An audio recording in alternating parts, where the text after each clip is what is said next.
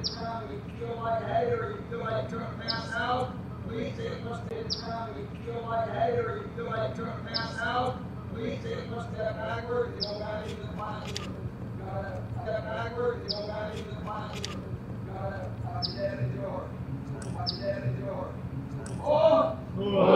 get set. Ceremony's about to start in a minute. Y'all get set. Ceremony's about to start in a minute. In 1 minute, we're gonna start. In 1 minute, we're gonna start.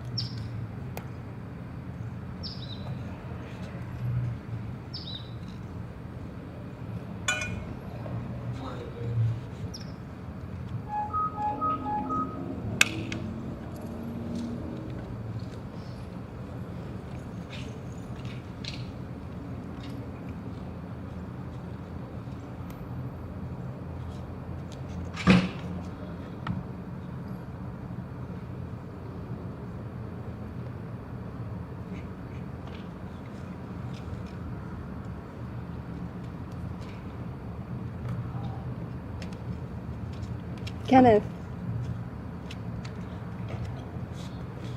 Battalion, update, good! Wolves! Good morning. Welcome to the Davenport's 9/11 Remembrance Ceremony. Thank you to all who are in attendance today.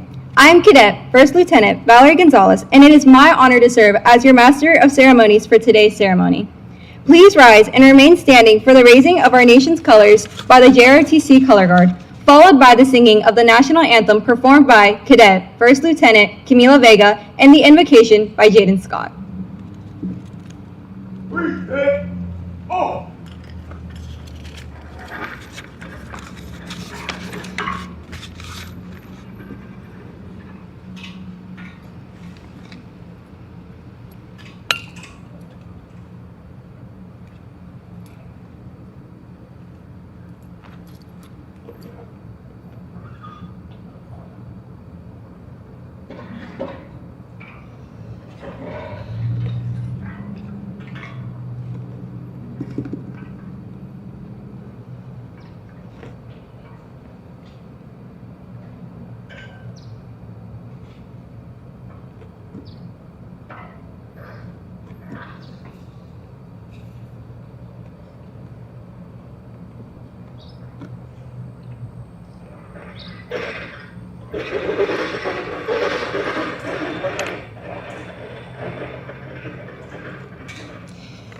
Oh, say, can you see by the dawn's early light what so proudly we hailed at the twilight's last gleaming, whose broad stripes and bright stars through the perilous fight, oh, the ramparts we watched were so gallantly streaming, and the rocket's red glare, the bomb bursting in air, gave proof through the night that our flag was still there.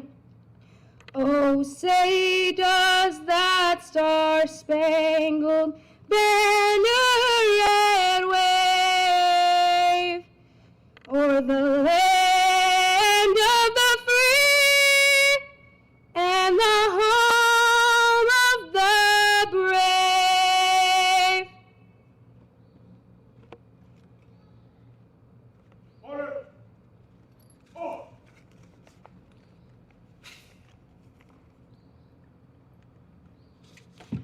By order of the President of the United States, please lower the flag to half-staff in observance of Patriots' Day, a national day of service and remembrance of the events of September 11, 2001, and today as we honor Charlie Kirk. Reset, off!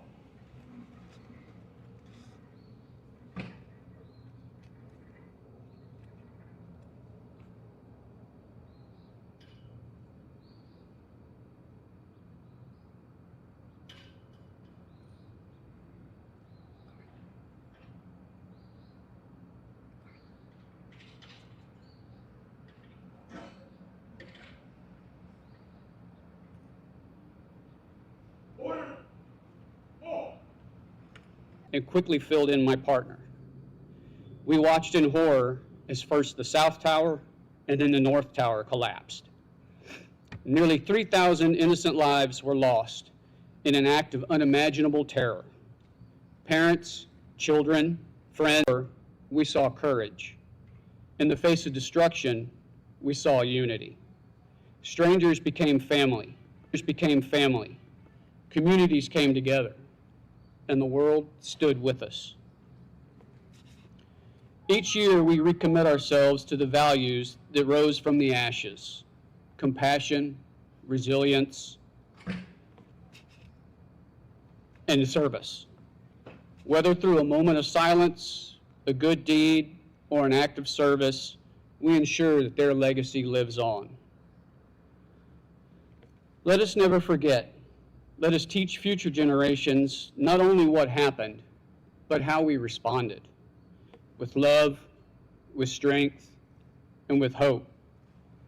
And finally, let us strive to practice compassion, resilience, and service to others in our daily lives. Thank you.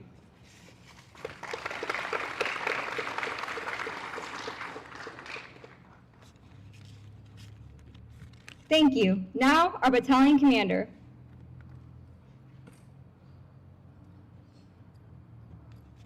At this time, I would like to introduce our next speaker, Mayor Lisa Swint. She selflessly supports our community, school, and JROTC program. Let's give a warm and heartfelt welcome to the Mayor of Garden Ridge.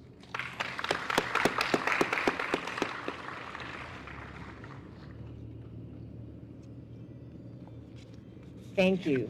Thanks to everybody for being here. These kids are doing a great job. So I'm Lisa Swint, the Mayor of Garden Ridge, and I'm deeply honored to be here today. Thank you for inviting me to take part in this ceremony of remembrance. Like so many of you, every time I reflect on September 11th, my eyes fill with tears and my heart feels heavy. It's what I felt when I first stepped up here. I'm like, this is heavy. I remember watching the events unfold in real time. I remember the desperation of families looking and searching for their loved ones. And I feel a deep responsibility to ensure that the actions and sacrifices of that day are never forgotten. When I told my husband I would be speaking here, he said, give voices to the heroes. Make sure their words are still heard. That is my purpose today. It is never easy to speak about a day when thousands of lives were lost. Yet it is also a day when thousands of heroes rose up. And while we cannot honor every name today, I want to share 3 stories of courage, one from the South Tower, one from the Pentagon, and one from the skies over Pennsylvania. The South Tower on 9/11. Rick Riscola was already a hero long before 9/11. A Vietnam veteran who earned the Silver Star, he was known for singing to his men to calm their nerves under fire. On September 11th, as security for Morgan Stanley in the South Tower, he used that same voice to calm and to lead. Defying the Port Authority's order to keep employees at their desks, Rescorla had already begun evacuating people. With a bullhorn in hand, he sang songs, including God Bless America, as he guided more than 2,700 employees and visitors to safety.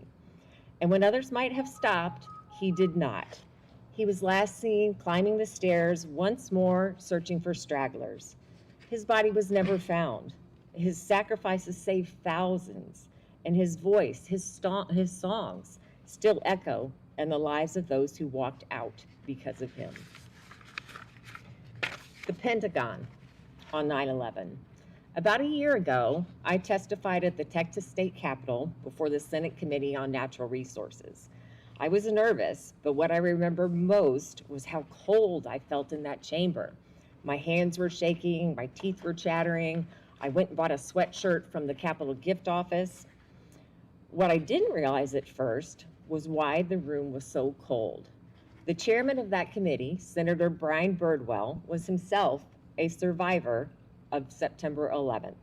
On that morning, Birdwell, a retired lieutenant colonel, was in his Pentagon office just steps away from where American Airlines Flight 77 struck the building. He was engulfed in flames, suffering burns over 60% of his body. His recovery took 4 years, 39 surgeries, and months in the hospital. Because of his injuries, he could no longer regulate his body temperature. That's why the hearing room was so freezing that day. What for me was just a moment of discomfort was for him a permanent reminder of survival. But he survived, and today he continues to serve, this time as a Texas senator. Reflecting on 9/11, he said, "No matter our challenge and difficulties as a nation, this is still the greatest place on God's earth. There are still men and women that serve, that put on the uniform. The majority of Americans still love this country, and they will still pay the price to keep her free."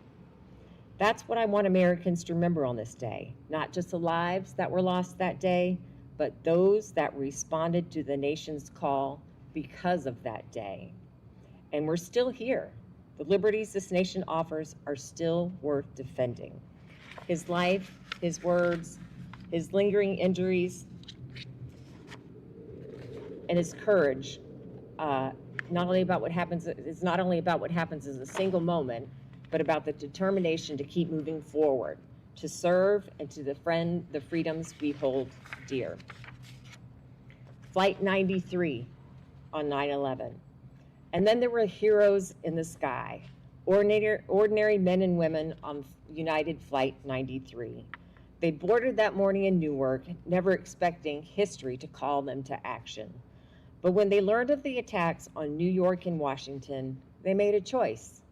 Without weapons, without training, armed only with courage and unity, they stood together and said, "No, not today, not on our watch." Todd Beamer's last words, "Let's roll," became the rallying cry. They stormed the cockpit, knowing the cost. Their final struggle ended in a field in Shanksville, Pennsylvania. Every soul on board was lost, but countless other lives in Washington, D.C. were saved.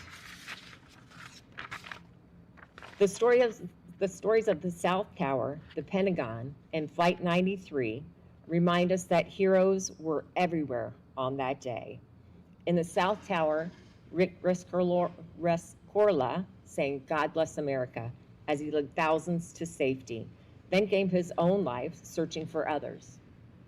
At the Pentagon, Senator Brian Birdwell endured unimaginable injuries.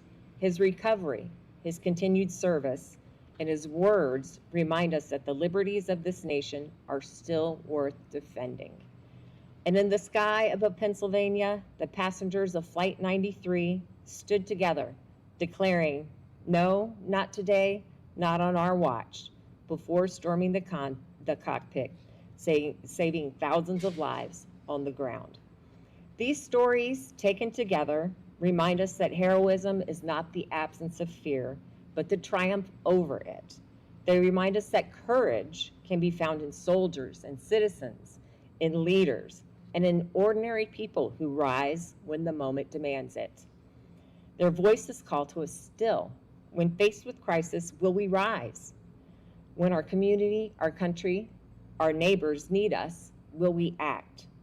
Let us honor them not only with remembrance, but with action. Let us live with the same determination to protect others, to stand united, and to say, whenever the moment comes to us, let's roll.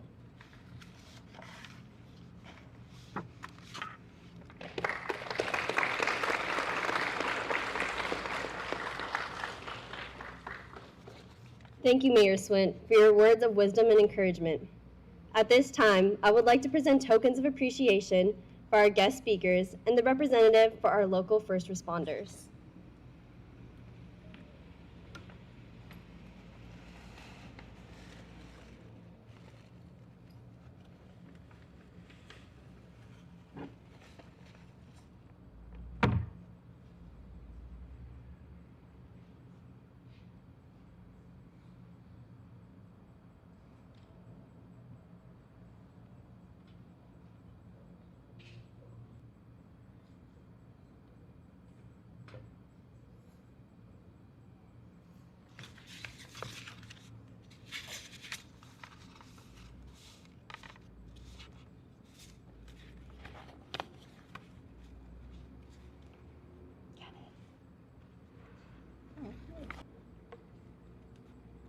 Sergeant Major, order your battalion to attention.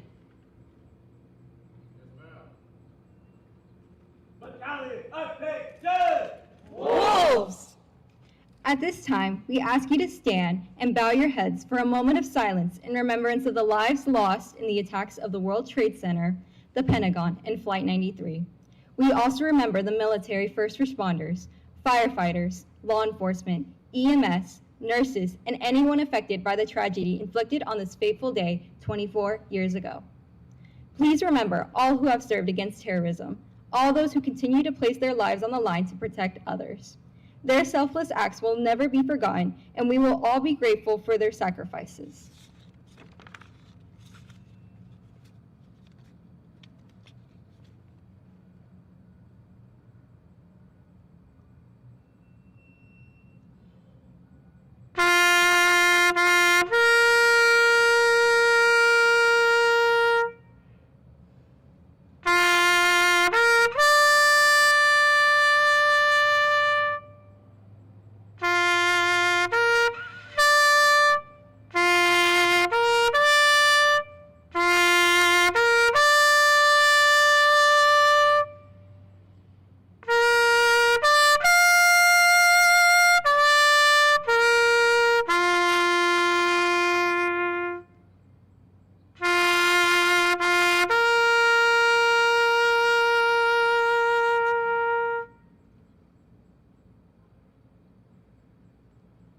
Order! Off! Array, ready. Thank you, Caleb Atkins from the Davenport High School Band, for your moving performance of taps. Now, closing remarks by our battalion commander. I would like to thank everyone for attending our remembrance ceremony today. I hope everyone continues to gain a deeper appreciation for our public service officials. Please give one last round of applause for our first responders who continue to serve this country with dedication, and our mayor who continues to serve our community with pride and integrity.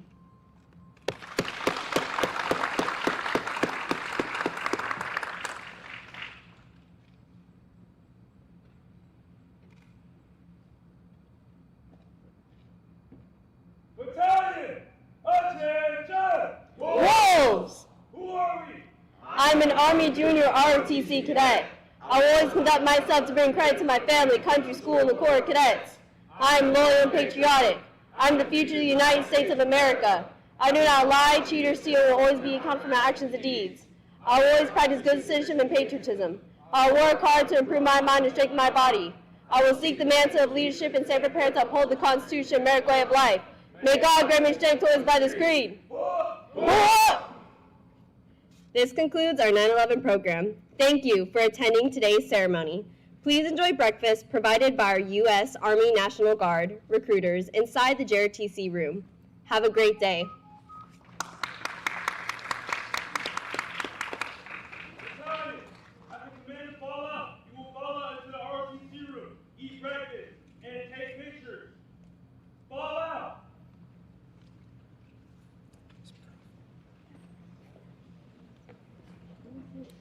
Switch, black switch.